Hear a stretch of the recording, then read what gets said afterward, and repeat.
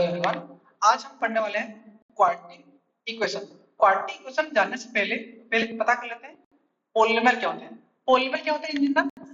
किसी भी पॉलिनोमियल का general form p of x equal to an into x पर n plus an minus 1 into x पर n minus 1 plus an minus 2 into x पर n minus 2 plus a1 into x plus a0 ऐसा रहता है। जो ये इसको बोलते हैं, इस n को बोलते हैं डिग्री ऑफ पॉलिनोमियल। इसका मतलब ये हो गया किसी भी एक n डिग्री पॉलिनोमियल का जनरल फॉर्म। बस इतना ही होता है क्या? यह नहीं होता है। ये जो an minus 1, an minus 2 और ये जो a0 है इसको बोलते हैं कोएफिशिएंट। एंड ये जो an ये नॉन जीरो होना चाहिए और इसको बोलते हैं लीडिंग कोएफिशिएंट। लीडिंग क्योंकि ये नॉन जीरो क्यों होते हैं? अगर मान लो an इक्वल टू 0 हो गया, अगर an 0 हो गया तो हमारे पास कहां क्या आ जाएगा? an इसके साथ प्रोडक्ट हो जाएगा तो इस टर्म 0 हो जाएगा, इस टोटल टर्म 0 हो जाएगा। अगर इस टर्म 0 हो गया तो an - 1 से स्टार्ट हो जाएगा। तो इसका मतलब इस जो ये पॉलिनोमियल है इसका डिग्री घट के n - 1 आ जाएगा। तो इसीलिए जो लीडिंग कोएफिशिएंट है वो नॉन जीरो होना चाहिए। ये तो हो गया किसी भी एक पॉलिनोमियल। अब इस पॉलिनोमियल को मान लो 0 पुट कर दिया, इसका मतलब मान लो मैंने px को 0 मान लिया, ठीक है? इसका मतलब इसको 0 मान लिया। अगर किसी पॉलिनोमियल को हम 0 के साथ इक्वेट कर देंगे उसको बोलते हैं इक्वेशन बोलते हैं। ये है इक्वेशन है जिसका डिग्री है n, ठीक है? अब जान लेते हैं क्वाड्रेटिक इक्वेशन क्या होता है। क्वाड्रेटिक इक्वेशन क्या होता है? क्वाड्रेटिक इक्वेशन के भी ऐसे जनरल फॉर्म रहता है p of x equal to, ये तो होना तो चाहिए a2x square plus according to this a1x plus a0 होना चाहिए। और इसको ऐसे लिख लेते हैं p of x equal to ax square plus bx plus c, जहां पे ये जो लीडिंग वाला कोएफिशिएंट है वो नॉन जीरो होना चाहिए। ये लीडिंग वाला कोएफिशिएंट नॉन जीरो होना चाहिए। ये हो गया एक क्वाड्रेटिक ये पॉलिनोमियल। और अगर इसको px को 0 पुट कर दे, p of x equal to 0, that is हम पुट कर ले ax square plus bx plus c। अगर इसको 0 कर दिए तो ये हो गया एक क्वाड्रेटिक इक्वेशन। Quadratic equation. अब किसी भी n डिग्री पॉलिनोमियल का हमारे पास n नंबर ऑफ रूट रहता है। किसी भी n डिग्री पॉलिनोमियल का हमारे पास n नंबर ऑफ रूट रहता है। इसका मतलब ये क्वाड्रेटिक पॉलिनोमियल का हमारे पास कितना रूट रहेगा? 2 रूट रहेगा। रूट कैसे निकालते हैं? किसी भी पॉलिनोमियल का रूट निकालने के लिए हमारे पास या तो हम जो उसको इक्वेशन में कन्वर्ट करते हैं और इक्वेशन को फैक्टराइज करते हैं, फैक्टराइज करके रूट निकालते हैं, या फिर हमारे पास कुछ क्वाड्रेटिक के लिए कुछ फार्मूला होता है वो से निकालते हैं। पहले फैक्टराइज करके निकाल लेते हैं। कैसे क्या होता है देखो, जैसे कि हमारे पास एक गिवन नंबर है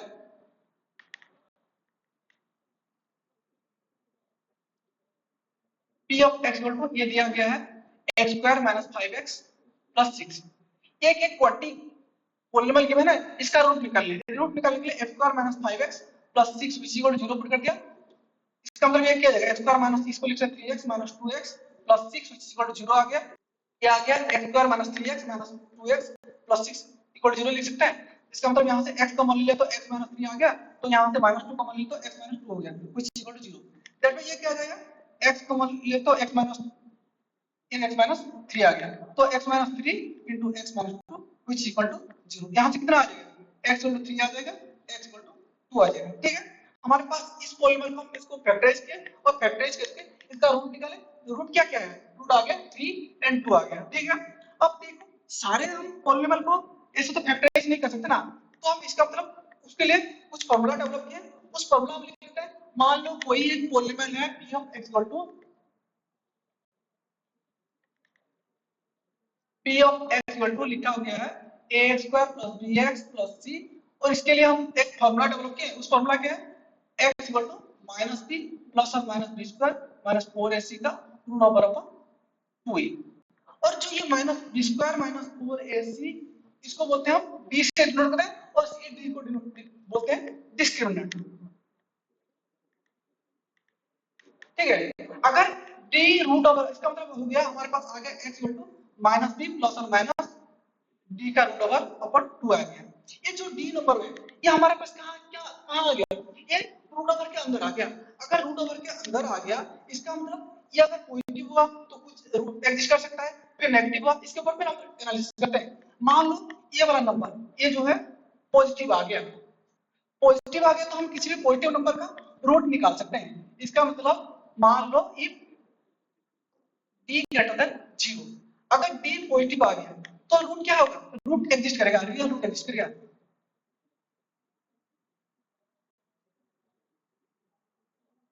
रूट एग्जिस्ट रियल एंड डिस्ट्रीट, डिस्ट्रीट मतलब दोनों डिफरेंट आएगा। अगर मान लो d लेस देन 0, इसका मतलब नेगेटिव हो गया। अगर नेगेटिव हो गया तो उसका रूट नहीं निकाल सकते, उसका रूट तो एग्जिस्ट करेगा but root exist but not real, ठीक है। अगर मान लो इफ d इक्वल टू 0 आ गया, अगर ये 0 आ गया तो क्या बच जाएगा हमारे पास, minus of b upon 2a बच जाएगा। अगर minus of b upon 2a बचेगा तो इसका रूट तो आएगा, रूट एग्जिस्ट एंड इक्वल होगा, ठीक है। अब देखो इसको हम और कुछ एनालिसिस करते हैं, ग्राफ के थ्रू कुछ एनालिसिस करते हैं। मान लो हमारे पास कोई पॉलीनॉमियल दिया गया है ax square plus bx plus c which equal to 0, जो कि एक क्वाड्रेटिक पॉलीनॉमियल का हम इक्वेशन लिखे हैं, ठीक है। अब देखो इसको हम लिख सकते हैं x square plus bx upon a plus c upon a which equal to 0, क्योंकि a नॉन जीरो नंबर है तो मैंने डिवाइड कर सकता हूं, ठीक है।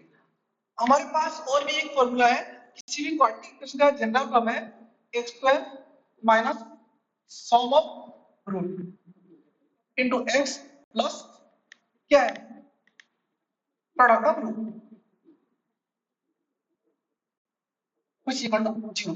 किसी भी क्वाड्रेटिक इक्वेशन को हम ऐसे भी लिख सकते हैं x square minus sum of root into x plus product of root. इसका मतलब हम इन दोनों को कंपेयर करते हैं, इन दोनों को कंपेयर करें तो x स्क्वायर ये दोनों कोएफिशिएंट इक्वल है।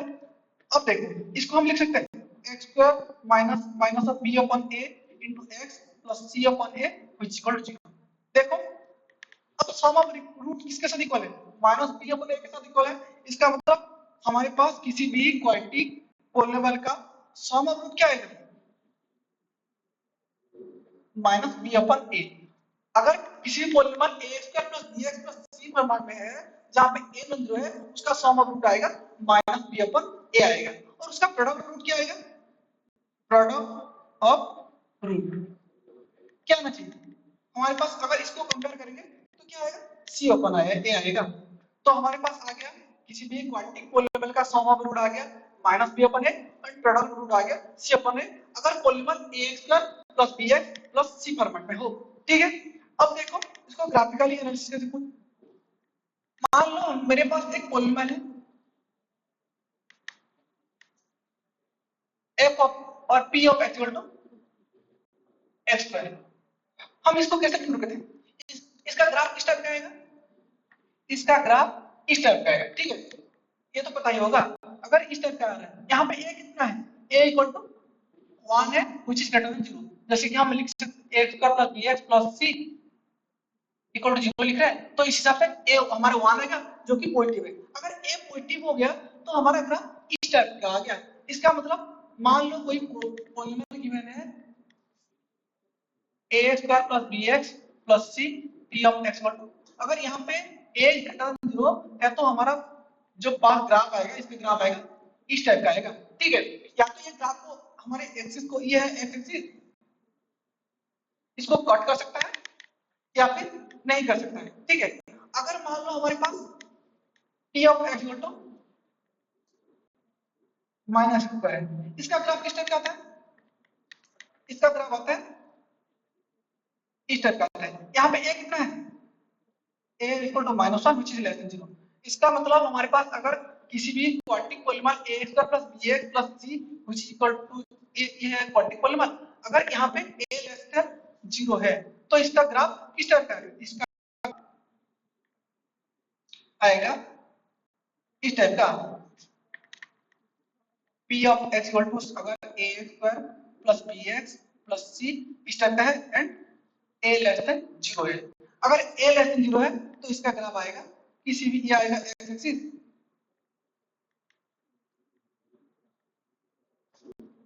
इसको कट कर भी सकता है और नहीं भी कर सकता है। जैसे कि मान लो हमारे पास, अब तो ये होगा ए के अकॉर्डिंग एनालिसिस कर लिए, अब देखो डी के अकॉर्डिंग एनालिसिस करते हैं।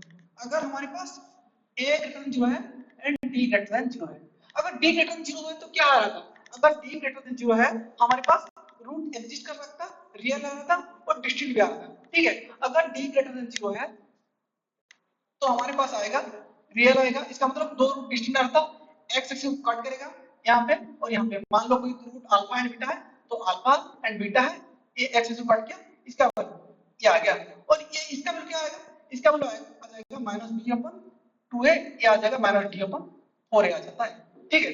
इसका मतलब हमारे पास पूछा गया है इस टाइम के x अगर -b/2a हो तो y का वैल्यू कितना आएगा, -d/4a आएगा, ठीक है। सिमिलरली ये अगर a ग्रेटर देन 0 है एंड d ग्रेटर देन 0 है, ठीक है।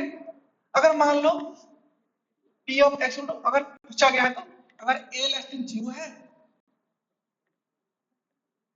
एंड d लेस देन 0 है, अगर a लेस देन 0 है तो किस टाइप का आ रहा था, अगर a लेस देन 0 है तो डाउनवर्ड आ रहा था, ठीक है। And d less than 0, d less than 0 मतलब रूट एक्सिस नहीं कर रहा था, इसका मतलब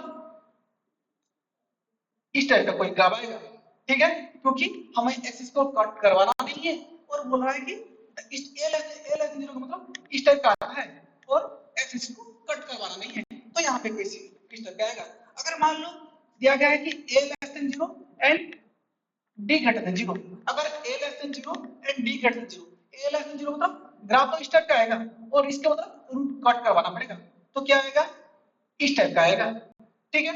अगर मान लो दिया गया है a greater than 0 and d less than 0, अगर a पॉजिटिव है एंड d नेगेटिव है, ये बोलता है कि a ग्रेटर देन 0, इसका मतलब ये बोलता है कि ग्राफ तो इस टाइप का आएगा, और d लेस देन 0 इसका मतलब रूट एग्जिस्ट नहीं करेगा रियल वाला, तो किस टाइप का आएगा, एक्सिस को कट नहीं करवाना है, इस टाइप का ग्राफ बनाना है, तो अगर a greater than 0 and d less than 0 तो हमारा ग्राफ इस टाइप का आ जाएगा। ये हो गया किसी भी क्वाड्रेटिक पॉलीनॉमियल एंड उसको ग्राफ के थ्रू एनालिसिस किया हम, ठीक है। आज के लिए इतना है।